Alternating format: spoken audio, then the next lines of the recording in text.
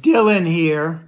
Yes, Tom Dillon, the Lifetime Liberal. Today is Sunday, May 31st, 2026. The title of this rant is We Could Learn a Lot from Ashley St Clair. So I know who she was beforehand. She was a MAGA trasher and she converted. The reason I didn't pay a lot of attention to it is because all of the big decisions and all of the terrible people in this administration, starting at the top, and all of their sycophant followers in Congress and all across the country, what they were doing is usually really more important. But she was on Jennifer Welsh's I've Had It. I believe I see it mostly on YouTube. It was about 20 some minutes or so. I highly recommend it. I just want to go briefly into her history. So she indicates that at a young age, she was homeschooled and then she was groomed early in college. And of course, you can see how that works, how easily it can be that you can be influenced when all of a sudden people start paying attention to you. And of course, I believe that they started giving her some money right away. But over a number of years, and she got quite a large following.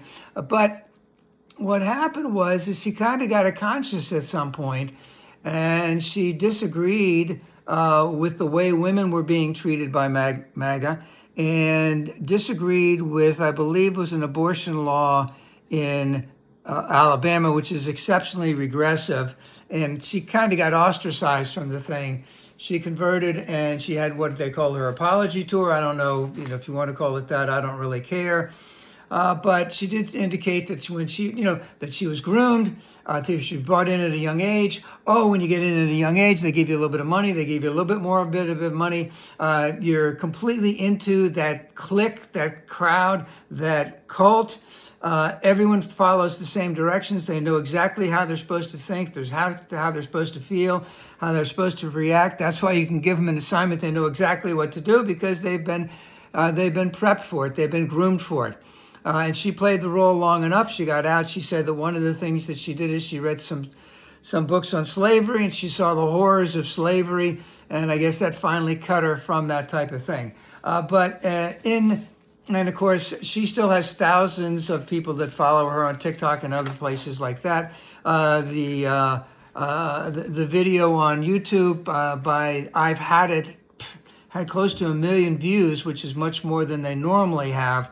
And the thing that I got out of it, and what I realized about, is that we have to have a never-ending battle against these people, because she talked about Elon. She talked about Stephen Miller. She had an affair or a relationship with some other guy. Elon was over twice her age when she conceived a child with him, so to speak. They offered her gobs and gobs of money. Stephen Miller was talking about we need to get the white boy vote. And what I got through that interview and what I saw, and of course we know it, but it's so relevant to see how depraved these people are, how how emotionally and spiritually shattered they are. Meaning not only are they shattered, they're destroyed, they're corrupted. Is that the right word I have there? They're bankrupt.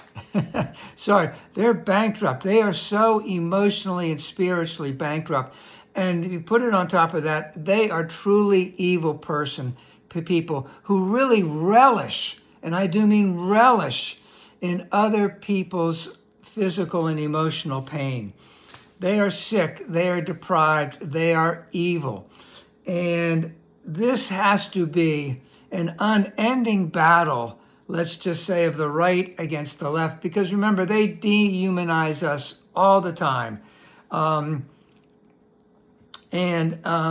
This battle has to be not a physical battle, but we must have a confrontation with them and speak about our abhorrence of their ideas, of their wants and what their desires, and especially of what their grand plan for living is that there is only a small amount of rich white men at the top of a patriarchal society that controls business, education. What else does it control? Media, religion, schooling. There's one or two others, and they're a part of that.